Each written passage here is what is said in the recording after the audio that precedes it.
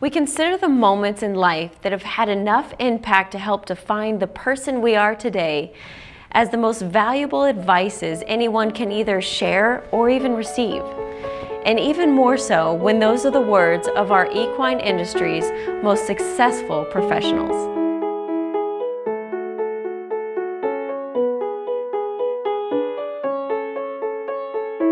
Well, as I alluded earlier, I started riding with my dad when I was 4 years old, riding half days on the mountain with him there in western Colorado. And by the time I was 7, I was riding full days with him, and I guess he felt like I was better help with him at 7 years old than some of the guys he could hire, so he started paying me to help him on the mountain and moving cows and just being a cowboy, you know. We got acquainted with Monty Foreman when I was about 10, and I began to learn some of the mechanics of how to get a horses working better. And my dad always had a keen interest in having good broke horses that were efficient for doing the ranch work, and whether it was roping or sorting cattle or whatever. And so I was about 11 years old and I was breaking this colt. And it was long in February, and we had kind of it was winter time there in Colorado, and a Chinook wind come in and kind of was melting a lot of the snow, and the fields were sloppy with melting snow and stuff. And I took this 2-year-old colt out for a trip out across the pasture, out across the hay fields there. And as I kind of began to loop around and head back towards the barn, he began to pick up and want to run back towards the barn. So he was going faster than I wanted. I just reached down and pulled his head around, and then he just rubbernecked and, I mean, ran off, running wide open with his head pulled around to the side. And finally, with the melting snow and the mud and stuff, he slipped and went down. And somehow I managed to hold on to the bridle rein and didn't let him get away. And I got back up on him, and so I walked back to the barn. As I rode into the barn, Dad could see mud all over the side of him. He asked me what happened. He said, "Well, we can't quit on that." He said, "We got to make sure you've got control of this colt." And so he said, "I want you to." He put a lunge line on this colt, and we're out there in the barn lot, and I'm going around trying to get this colt to guide around and go when he was supposed to be going. And he'd get to a certain point and want to quit, and I pulled on him and kicked on him, and he threw his head up and smacked me in the face with the top of his head and bloodied my nose.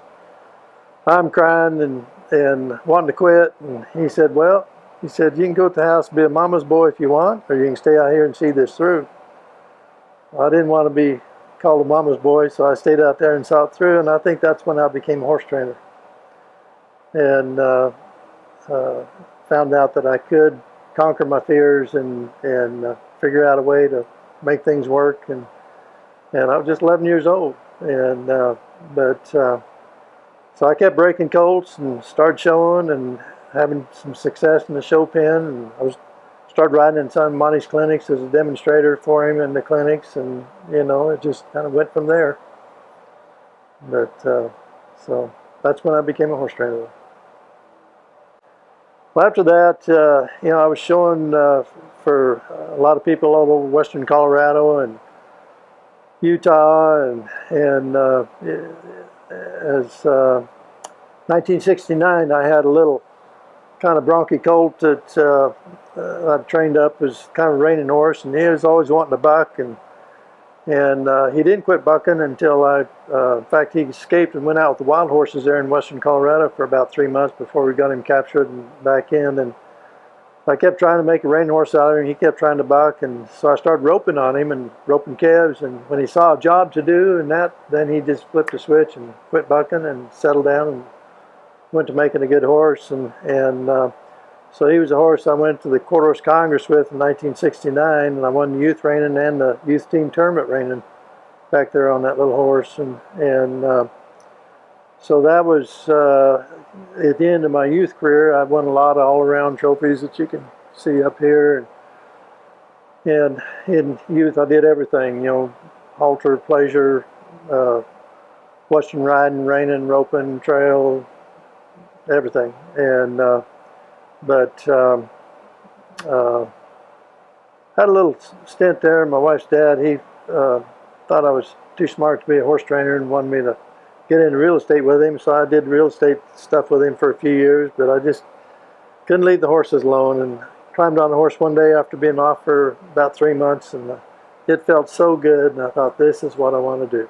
So Valerie and I moved back to western Colorado with my parents, and trained there for a while, and then we moved out to Utah and trained out there, and I started the Intermountain Reining Horse Association out there in about 1977, and was president of that for about 4 years. And then we moved to Nebraska and become friends with Bob Loomis there, and he said, you know, we got a lot of, I'm still wanting to rope quite a bit. A lot of quarter shows had a lot of big ropings there and reining, and at that time the big money reining were back in the East Coast and New York and Connecticut and back there, and I knew I didn't want to move that far east, but so Nebraska was as far east as I went, and I was friends with Bob, and then too many years after that, NRHA moved their headquarters to Oklahoma City, and everybody wanted to move south to Oklahoma and Texas, and so eventually we got moved down here. But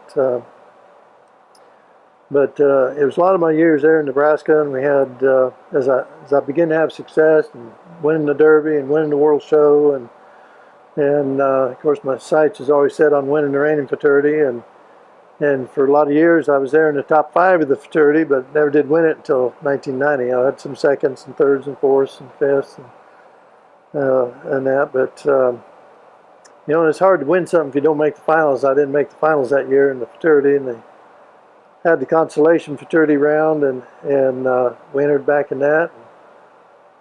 So that was the day before the open finals, and so my mare had an extra run on her that the other horses didn't have, but I knew her first maneuvers were always her best ones, so I just trusted her and loped her a little bit, and just went in and showed her, and just prayed that God would give me the wisdom for her and me to do our best and let the rest fall where it may, but they were just as I began to have the success through those years, and had all these young trainers come and ride with me, and always had a keen interest in not just teaching them to be good trainers, but to be good caretakers of their horses, and we'd always invite them in, and we always had a family dinner. They was always welcome at the table, and so just trying to develop the whole young man, not just the training aspect of it, you know.